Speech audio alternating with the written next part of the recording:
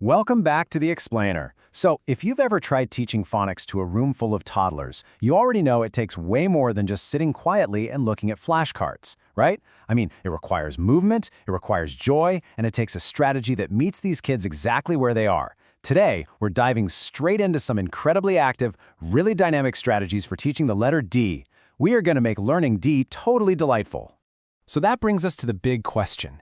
How exactly do we channel all that chaotic, delightful preschooler energy into actually learning the letter D? Well, the secret is understanding that preschoolers are basically tiny kinetic engines. They learn best through active, sensory-driven concepts. So instead of fighting against that natural instinct to move and touch and play, we're going to use it. We can totally transform toddler distraction into this highly engaging, unforgettable phonetic adventure. And, it all starts with the physical mechanics of the sound itself. Section 1. Mastering the D sound. Physical groundwork. Okay, to start teaching the letter D, we really have to break down the physical mechanics of the sound. This grounds our teaching in actual educational science. I want you to listen to the duh sound right now. Duh, duh, duh. Now, compare that to the tuh sound. Tuh, tuh, tuh. Actually, try making those sounds yourself for a second. Do you notice what's happening inside your mouth? You'll feel how your tongue taps the top of your mouth, right behind your front teeth. That exact movement is the physical anchor you need to explain to your preschoolers. When you're teaching this, make sure to audibly over-enunciate that does sound to actively contrast it against the much lighter, airier tuh sound. Showing them the difference between duh, duh, duh and tuh, tuh, tuh helps them physically feel that heavy, drummy nature of the letter D right there in their own mouths. Section 2. The D vocabulary trio. High-energy words. Once those sound mechanics are locked in, we need to bring in some high-energy, active words. We can actually organize this vocabulary into a super functional trio. We've got animals, foods, and action objects. So under animals, we've got the classic preschool favorites: dog, duck, dinosaur, dolphin, and deer. And let's be honest, you say the word dinosaur in a preschool room, you instantly have their undivided attention. Then, looking at foods, we have donut, date, and the wonderfully exotic dragon fruit. Finally, check out the action and objects category. This one is absolutely crucial for kinetic learners: dance, drum, door, dot, and dice. Having this categorized breakdown gives you immediate, structured access to a whole breadth of engaging vocabulary. It basically ensures that whether a child is hungry, feeling wild, or just needs to get up and move, you can seamlessly pull out words like dragon fruit or dance completely on the fly to match their vibe and keep them locked into the lesson. Section 3. Forming uppercase D. Speaking to writing.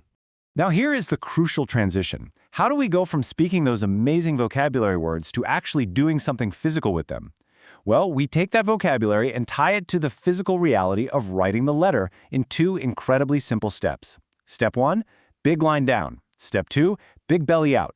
That is your new mantra. You want to teach the letter's formation by loudly, and I mean physically, demonstrating this clear two-step drawing action. When you say big line down, use your entire arm to draw a massive line in the air. When you say big belly out, carve out a huge semicircle.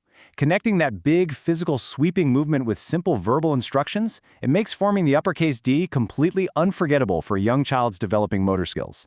Section 4. Sensory play. Interactive activities.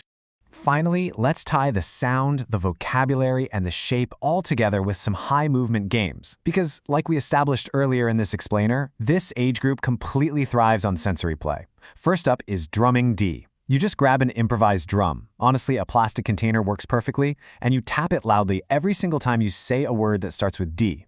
It beautifully connects that auditory da-da-da sound with a physical rhythmic strike. Next, we have the dinosaur stomp. Just read a sequence of random words and have the kids stomp their feet like a heavy T-Rex when they hear that D sound. Literally imagine the whole room shaking. Third is draw a D. Get them outside using chalk on a sidewalk or use a marker on a whiteboard to draw a giant uppercase D. But don't stop there. Have them add a long neck and spikes to turn the letter D into a dinosaur. It's so fun. And lastly, dress up D. If you have some basic props lying around, let the kids dress up as a doctor, a dancer, or a detective.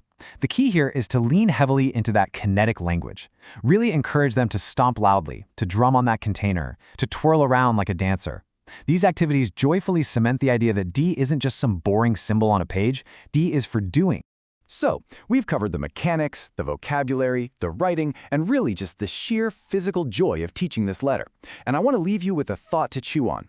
How will you incorporate these active, doing principles into your very next teaching moment?